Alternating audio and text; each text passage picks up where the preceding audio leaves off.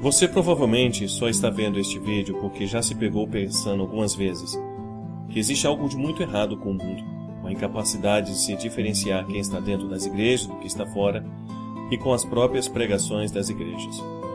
Mas provavelmente admitir que você tem esse sentimento não foi nada fácil e te custou caríssimo, pois ele veio acompanhado da seguinte dúvida: e agora, o que eu faço com tudo isso? Você já deu o primeiro passo, e mais importante passo de todos. Você teve a coragem de investigar a verdade. Você provavelmente conhece muitas pessoas que não teriam tanta coragem, seja pelo medo de descobrirem estar erradas, seja pela ameaça de um líder espiritual opressor ou simplesmente pela vida comunitária.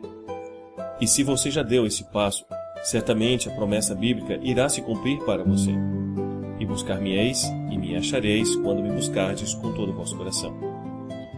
Quando, chorando à noite, deitados em nossa cama, em meio ao medo e ao desespero, levantamos nossa voz a Ele e dizemos: Pai, seja qual for a verdade, revela a mim, pois quero te seguir. Tende bom ânimo, porque é neste momento que a jornada começa. Nada mais lógico, portanto, que o primeiro passo já dentro da caminhada propriamente dita seja uma grande limpeza. Ou melhor, chamemos de purificação. Você está para começar um novo relacionamento com seu esposo definitivo, o Messias prometido. Deve, portanto, remover aquilo que diga respeito a outros deuses, para que possa passar a se dedicar somente a Elohim. A primeira pergunta que surge é: por que isso é importante? Desde os tempos antigos, o sincretismo religioso sempre foi um problema. O povo de Israel era acusado disso constantemente nas Escrituras, como pode ser visto a seguir. Temiam também a Adonai, e dentre o povo fizeram para si sacerdotes dos lugares altos, os quais exerciam o ministério das casas dos lugares altos. Assim temiam a Adonai, mas também serviam seus próprios deuses, segundo o costume das nações, do meio dos quais tinham sido transportados. Segundo Reis 17, 32 e 33. Esse problema do sincretismo religioso também foi vivenciado pelos israelitas, seguidores do Messias, pois Paulo assim escreve a Corinto em 2 ocasiões: Não podeis beber do cálice do Senhor e do cálice dos demônios.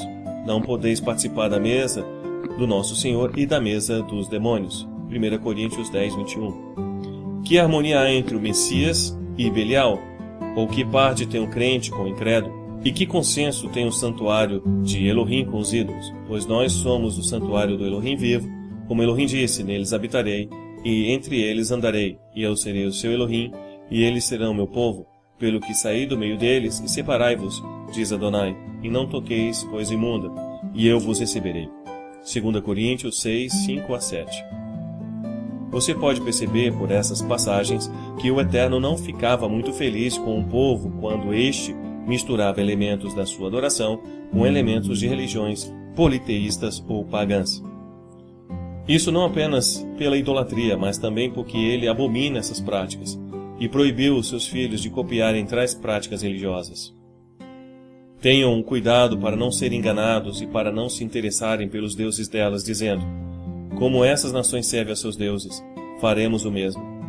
Não adorem Adonai vosso Elohim, como fazem essas nações, porque ao adorarem os seus deuses, elas fazem todo tipo de coisas repugnantes que Adonai odeia, como queimar filhos e filhas no fogo em sacrifício aos seus deuses. Deuteronômio 12, 3, 3. Os motivos são bem simples de entender.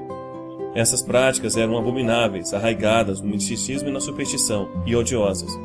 Além disso, como Paulo explica a Corinto, o Eterno não deseja misturas. Não pode haver relação entre o santuário de Elohim e o dos demônios, que são adorados e idolatrados em tais religiões. O Messias, como nosso esposo, deseja que sejamos puros e exclusivamente dedicados a Ele. Não muito diferente, é verdade, do que desejamos de nossos cônjuges quando nos dedicamos a eles num casamento. Tendo ficado claro que o Eterno não se agrada de sincretismo religioso, partimos para o lado prático da questão: o que devo fazer? Para remover coisas associadas à idolatria e ao passado, é preciso que você saiba identificá-las. Esse conhecimento te libertará para que você possa purificar a sua vida para esse novo começo.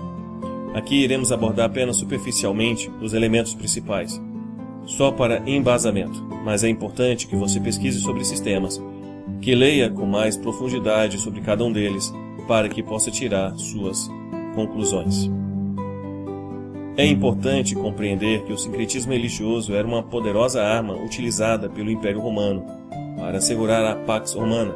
Sobre isso, a Enciclopédia Católica afirma: os romanos gradualmente receberam todas as religiões dos povos a quem subjugaram, de modo que Roma se tornou o templo de todo mundo. A estratégia era simples: não acabar com as religiões locais, mas sim incorporá-las à religião romana, de modo que Roma se tornasse o centro de todas as coisas como uma religião universal. Quando o imperador Constantino oficializou o cristianismo como religião do império, o que ocorreu por motivos puramente políticos, tratou de continuar a filosofia do sincretismo, tendo como pano de fundo a religião cristã. A primeira coisa que é importante deixar para trás são justamente as festividades romanas, as mais importantes delas sendo o Natal, o Ano Novo e a Páscoa romana. Os dois primeiros foram ritos pagãos incorporados ao cristianismo, como descreve o bispo Louis Lavoie-Moreau. Na história da Igreja, nós encontramos que ela frequentemente cristianizou festivais pagãos, fazendo uso das datas e cerimônias e concedendo a eles um significado inteiramente novo e cristão. O Natal e o Ano Novo têm a sua origem nas celebrações de inverno, centradas no evento do solstício, e que diz respeito à comemoração de deuses pagãos. Essas celebrações, como diz o bispo, foram cristianizadas. Mitra é uma luz, uma divindade solar de algum tipo. O dia 25 de dezembro era observado como seu aniversário, o Natalis Invicti, o renascimento do sol do inverno, inconquistável pelo rigor da estação. As nações cristãs não concordavam com a data do Ano Novo. Elas não se opunham ao 1º de janeiro como o princípio do ano, mas sim às extravagâncias pagãs que a acompanhavam. Já a Páscoa romana não é, ao contrário do que possa parecer, a celebração do evento bíblico, mas sim o sincretismo de uma festa pagã da primavera com a celebração bíblica. Desde a forma de calcular a data, passando pelos costumes e, em algumas línguas, o próprio nome da celebração, tudo foi engendrado por Roma para sincretizar a celebração bíblica com a festa pagã. O fato dos festivais de primavera serem gerais entre os povos pagãos, sem dúvida, tem muita relação com a forma assumida pelo Festival Pascal nas igrejas cristãs.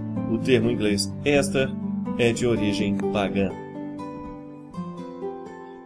Mesmo assim, essa festa permanece sendo celebrada nas igrejas posteriores ao catolicismo, na mesma data fixada pelo Vaticano, seguindo as mesmas tradições e desprezando os elementos bíblicos.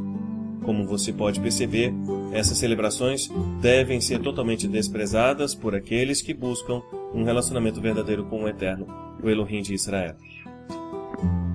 Aproveite e também reveja sua vida com relação a outros elementos. Será que você tem em sua casa alguma escultura, imagem ou símbolo que desagrada ao Eterno? E que você ainda tem dito para si mesmo que não tem nada demais? Talvez tenha sido presente de algum amigo ou parente. Faça como Josué e tome uma decisão definitiva. Porém, se vos parece mal aos vossos olhos servir a Adonai, escolhei hoje a quem servais. Se aos deuses a quem serviram vossos pais, que estavam além do rio, ou aos deuses dos amorreus em cuja terra habitais. Porém eu e minha casa serviremos a Adonai. Josué 24:15. Você provavelmente a essa altura já deve estar imaginando o custo que isso terá perante a sua família, se você tiver familiares religiosos que sigam tais elementos. Saiba que você não está sozinho. Todos nós sofremos muita perseguição ao abandonarmos esses elementos, porque é uma forma de servir ao Eterno que não se conforma com este mundo. Yeshua já sabia do alto preço de se dedicar a Ele em meio a um mundo espiritualmente depravado e por isso nos disse: se alguém vier a mim e não aborrecer a seu pai ou a sua mãe, mulher e filhos, e irmãos e irmãs, e ainda também a sua própria vida, não pode ser meu discípulo. Lucas 14:26.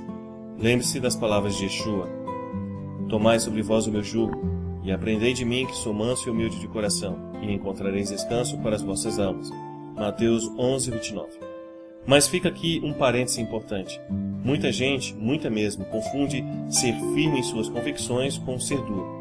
Aliás, para ser sincero, eu diria que a maioria das pessoas já fez isso em algum momento. Devemos tomar o jugo de Yeshua, mas existe outro elemento importante: aprender a ser manso e humilde. Ao lidar com a sua família, procure ser manso, humilde. Não responda a provocações. Procure discutir alternativas e estratégias, sem abrir mão de suas convicções. Mostre a eles que seu amor por eles não mudou, pelo fato de você agora ser um seguidor de Yeshua. Mesmo assim, esteja ciente de que você pagará um preço por servir ao Messias.